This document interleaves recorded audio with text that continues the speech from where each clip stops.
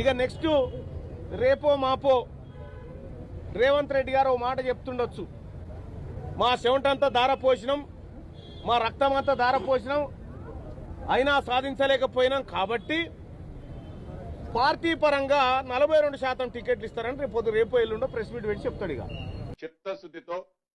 చిత్తశుద్ధితో ఈ ప్రభుత్వం బీసీలకి 42% రిజర్వేషన్ కల్పించాలని శత విధాల ప్రయత్నం చేసిన కేంద్ర ప్రభుత్వ సహకారం లేని కారణంగా కేంద్ర ప్రభుత్వంలో ఇక్కడ నుంచి ఏదైతే రికమెండ్ చేసిన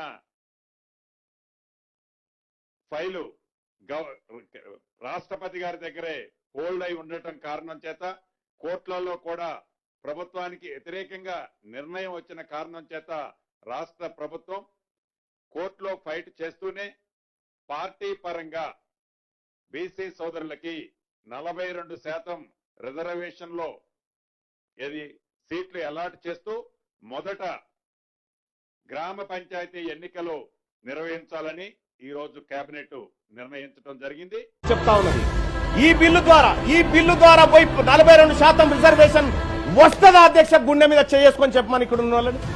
ఇది సాధ్యమయ్యేదేనా? ఎంతవరకు సాధ్యమని చెప్పడం ఒకసారి ఆలోచన చేయండి అధ్యక్ష. ఇది ప్రజలను మభ్య పెట్టడానికి కాకపోతే దేనికోసం అధ్యక్ష?